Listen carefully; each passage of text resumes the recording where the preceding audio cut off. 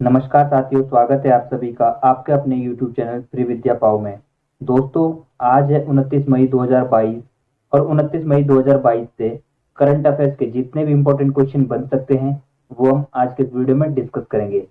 ये current affairs के question आगे आने वाली सभी प्रतियोगी परीक्षाओं की दृष्टि से बहुत ही महत्वपूर्ण है। दोस्तों, जो चैनल पर नए आए हैं वो चैनल को सब्सक्राइब कर दीजिए, बगल में नोटिफिकेशन बेल को प्रेस कर लीजिए। इस वीडियो की पीडीएफ के लिए आप हमारे टेलीग्राम चैनल को ज्वाइन कर लीजिए। टेलीग्राम चैनल की लिंक आपको इस वीडियो की डिस्क्रिप्शन में मिल जाएगी। तो दोस्तों, अब ज्यादा देरी न करते हुए चलिए आज का ये वीडियो शुरू करते हैं।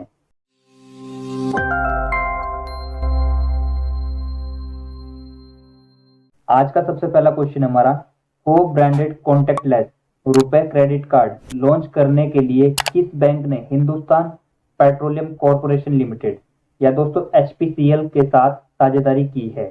तो इसका सही आंसर हो जाएगा आपका option A, bank of Baroda. तो बैंक ऑफ बड़ौदा ने HPCL या दोस्तों हिंदुस्तान पेट्रोलियम कॉर्पोरेशन लिमिटेड के साथ को branded contactless RuPay credit card launch करने के लिए एक साझेदारी की है। दोस्तों, यहाँ पर बात हुई है बैंक ऑफ बड़ौदा की। तो इसकी स्थापना हुई थी 20 जुलाई 1908 को। संस्थापक थे सयाजी राव गायकवाड़। हेडक्वार्टर बड़ोदरा में। चेयरमैन हसमुख अधिया। MD और CEO Sanjiv Chadha. National payments corporation of India NPCI के साथ साझेदारी में BOB फाइनेंशियल और हिंदुस्तान पेट्रोलियम ने HPCL BOB को branded contactless RuPay credit card launch किया है। कार्ड विभिन्न सुविधाएं उपलब्ध कराता है, जिसमें उपयोगिताओं, किराना और डिपार्टमेंटल स्टोर पर खर्च करने के लिए पुरस्कार शामिल है। BOB financial bank of Baroda की पूर्ण स्वामित्व वाली सहायक कंपनी है। अगला क्वेश्चन हमारा, हाल ही में किसे JSW1 प्लेटफॉर्म का CEO नियुक्त किया है? तो इसका सही आंसर हो जाएगा आपका ऑप्शन ए, गौरव सचदेवा। तो गौरव सचदेवा को JSW1 प्लेटफॉर्म का CEO नियुक्त किया है। दोस्तों, यहाँ पर बात हुई है JSW ग्रुप की। तो इसकी स्थापना हुई थी 1982 में। संस्थापक साजन जिंदल। हेडक्वार्टर मुंबई में। चेयरमैन साजन जिंदल। JSW के e commerce venture JSW1 platform ने गौरव सचदेवा को CEO नियुक्त किया है। E commerce platform steel, cement और पेंट बेचता है। JSW1 प्लेटफॉर्म के CEO के रूप में नियुक्त होने से पहले सचदेवा JSW वेंचर्स के प्रमुख थे, जहां उन्होंने फंड के लिए उद्यमी पूंजी निवेश का नेतृत्व किया है। JSW ग्रुप मुंबई में स्थित एक भारतीय बहुराष्ट्रीय समूह है। इसका नेतृत्व सज्जन जिंदल कर रहे हैं। अगला क्वेश्चन हमारा, फ्रेंच रिवेरा फिल्म फेस्टिवल में किस बॉलीवुड अभिनेता को एक्सीलेंस इन सिनेमा अवार्ड मिला है? तो इसका सही आंसर हो जाएगा आपका ऑप्शन ए, नवाजुद्दीन सिद्दीकी। तो नवाजुद्दीन सिद्दीकी को फ्रेंच रिवेरा फिल्म फेस्टिवल में बॉलीवुड में एक्सीलेंस इन सिनेमा अवार्ड से सम्मानित किया गया है।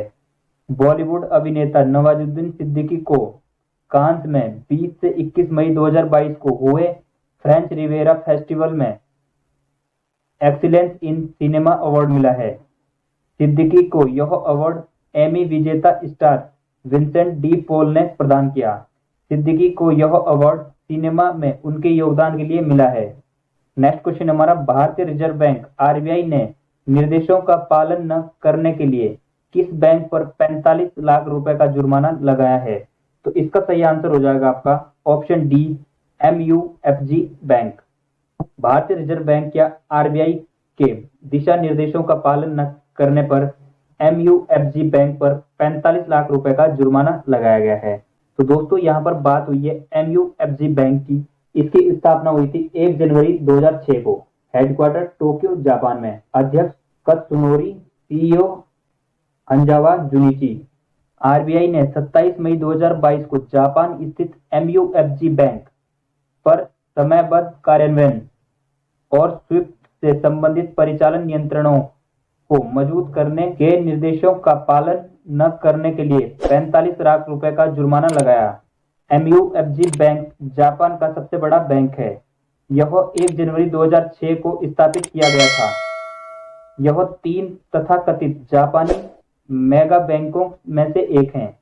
अगला क्वेश्चन हमारा 27 मई 2022 को किस केंद्रीय मंत्री ने दिल्ली में भारतीय व्यापार पोर्टल का शुभारंभ किया है? तो इसका सही आंसर हो जाएगा आपका ऑप्शन ए, अनुप्रिया पटेल। अनुप्रिया पटेल ने नई दिल्ली में भारतीय व्यापार पोर्टल का शुभारंभ किया है।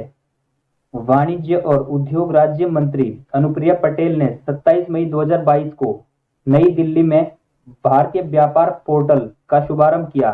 यह पोर्टल भारतीय निर्यातकों और विदेशी खरीदारों के लिए एक अंतर्राष्ट्रीय व्यापार केंद्र के रूप में काम करेगा। इस पोर्टल को भारतीय निर्यात संगठनों के संघ के द्वारा विकसित किया गया है। पोर्टल भारतीय निर्यातकों को डिजिटाइज करेगा और उन्हें ऑनलाइन खोजने योग्य बनने में मदद करेगा।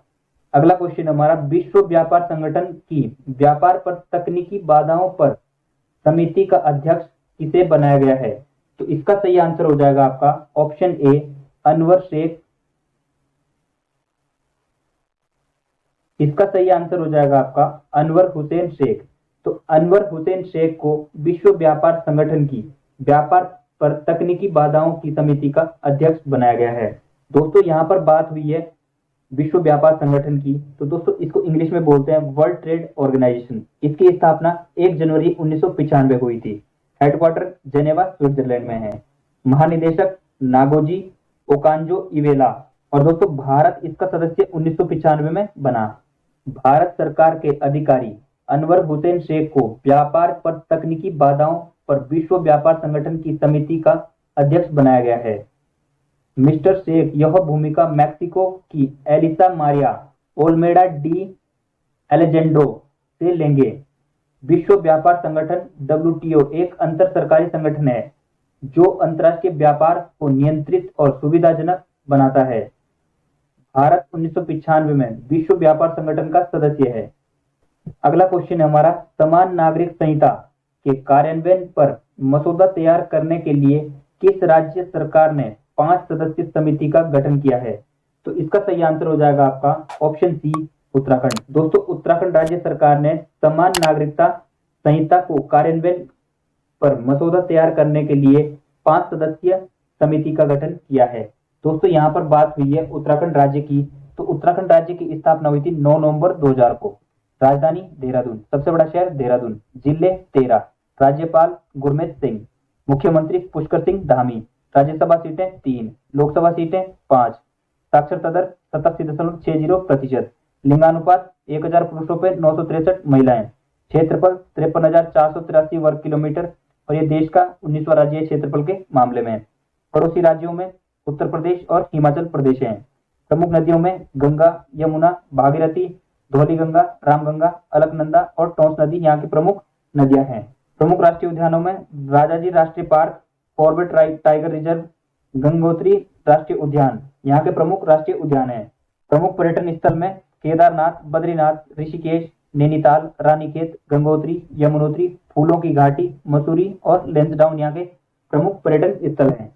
उत्तराखंड सरकार ने 27 मई 2022 को राज्य में समान नागरिक संहिता के कार्यान्वयन पर एक मसौदा तैयार करने के लिए सेवानिवृत्त SC न्यायाधीश रंजना देसाई की अध्यक्षता में 5 सदस्यीय समिति का गठन किया है। समिति में प्रमोद कोहली सेवानिवृत्त न्यायाधीश, सामाजिक कार्यकर्ता मन्नू गौर, सेवानिवृत्त IS शत्रुघ्न सिंह और दून विश्वविद्यालय की कुलपति सुरेखा डंगवाल शामिल होंगे।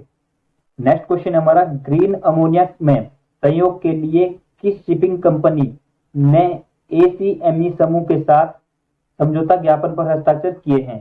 तो इसका सही आंसर हो जाएगा आपका option B, NYK line.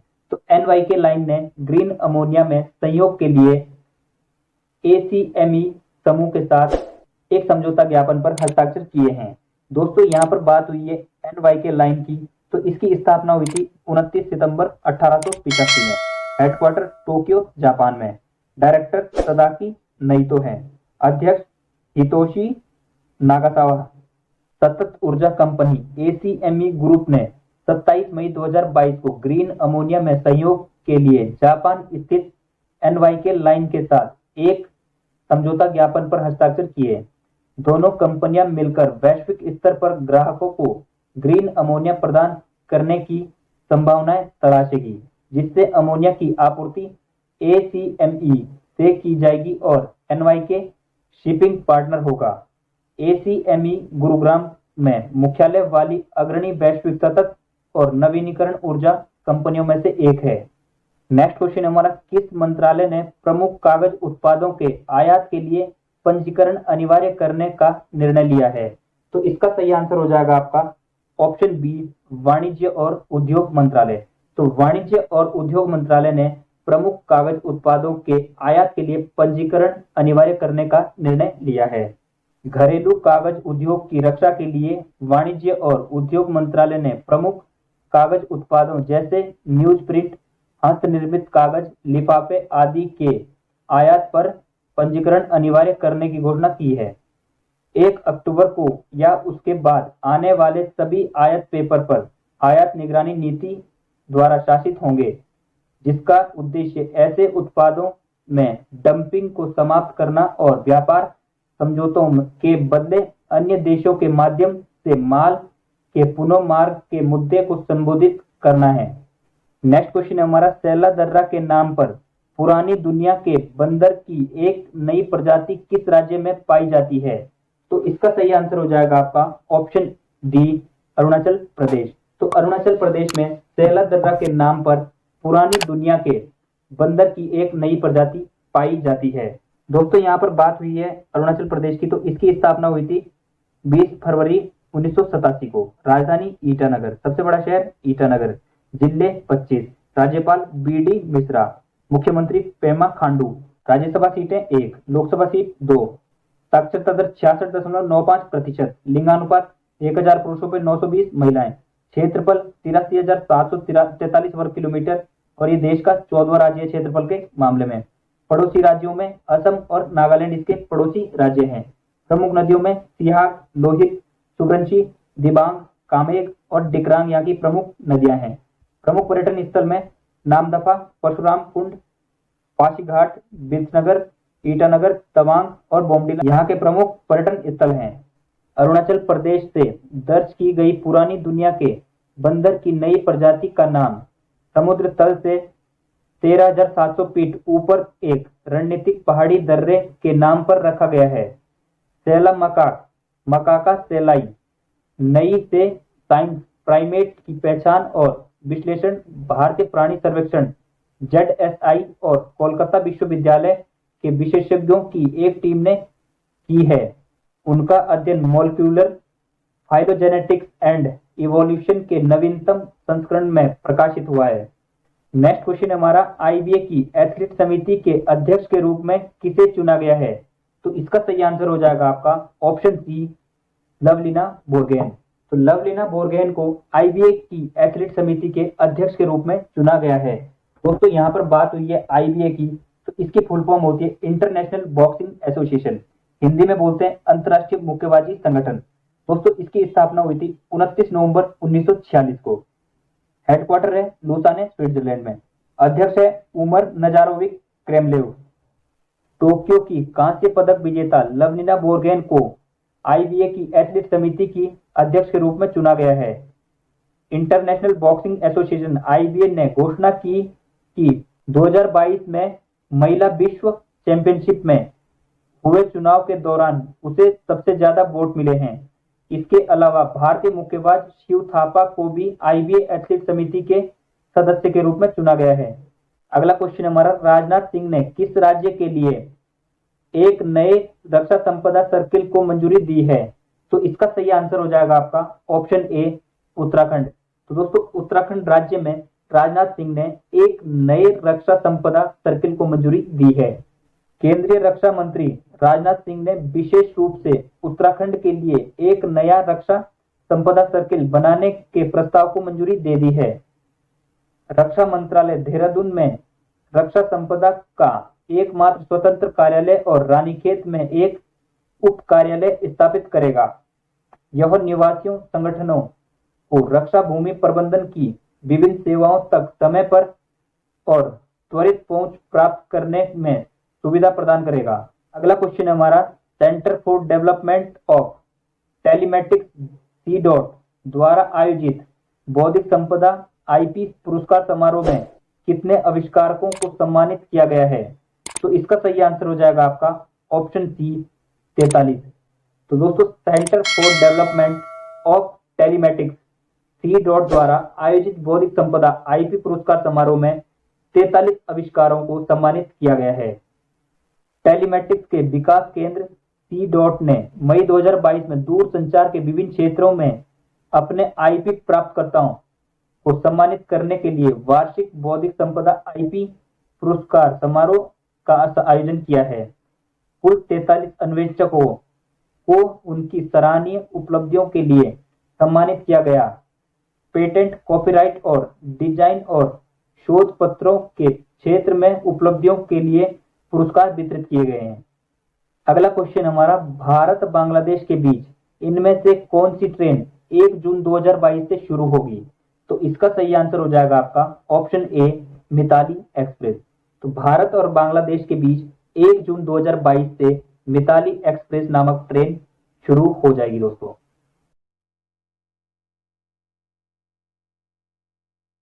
Bharat और बांग्लादेश तीसरी यात्री ट्रेन सेवा 1 जून 2022 को शुरू करेंगे। यह ट्रेन पश्चिम बंगाल के न्यू जलपाईगुड़ी और बांग्लादेश के ढाका के बीच चलेगी। मिताली एक्सप्रेस नई ट्रेन सेवा भारत और बांग्लादेश के रेल मंत्री ने 1 जून को नई दिल्ली के रेल भवन से हरी झंडी दिखाकर रवाना करेंगे। यह सप्ताह में 2 दिन रविवार और बुधवार को चलेगा। अगला क्वेश्चन हमारा, महिला स्वास्थ्य के लिए अंतर्राष्ट्रीय कार्रवाई दिवस इनमें से किस तारीख को मनाया जाता है? तो इसका सही आंसर हो जाएगा आपका ऑप्शन बी 28 मई। तो दोस्तों 28 मई को महिला स्वास्थ्य के लिए अंतर्राष्ट्रीय कार्रवाई दिवस मनाया जाता है। महिला स्वास्थ्य के लिए अंतर्राष्ट्रीय कार्रवाई दिवस या दोस्तों अंतर्राष्ट्रीय महिला स्वास्थ्य दिवस 28 मई को मनाया जाता है। इस दिन का उद्देश्य महिलाओं के स्वास्थ्य और अधिकारों के बारे में जागरूकता फैलाना है। यह दिन पहली बार 1987 में कोस्टा रिका की महिला global network for reproductive rights WGNRR के सदस्यों के पुनर्मिलन के दौरान अस्तित्व में आया था। 2022 के लिए दोस्तों इसकी थीम है विरोध और कायम। आज की इस वीडियो का सबसे आखिरी क्वेश्चन हमारा, 10 साल की रिदम ममानिया ने एवरेस्ट बेस कैंप पर चढ़कर रिकॉर्ड बनाया है। यह किस ऊंचाई पर स्थित है? आज की इस वीडियो का सबसे आखिरी क्वेश्चन हमारा, 10 साल की रिदम ममानिया ने एवरेस्ट बेस कैंप पर चढ़कर रिकॉर्ड बनाया है। यह किस ऊंचाई पर स्थित है? तो इसका सही आंसर हो जाएगा आपका ऑप्शन डी 5364 मीटर। मुंबई के 10 वर्षीय राष्ट्रीय स्तर के कलात्मक स्केटर ने एवरेस्ट बेस कैंप पर चढ़कर रिकॉर्ड बनाया है। रिदम ममानिया न केवल एवरेस्ट बेस कैंप पर चढ़े बल्कि लगभग 128 किलोमीटर की दूरी तय करके नीचे भी उतरे।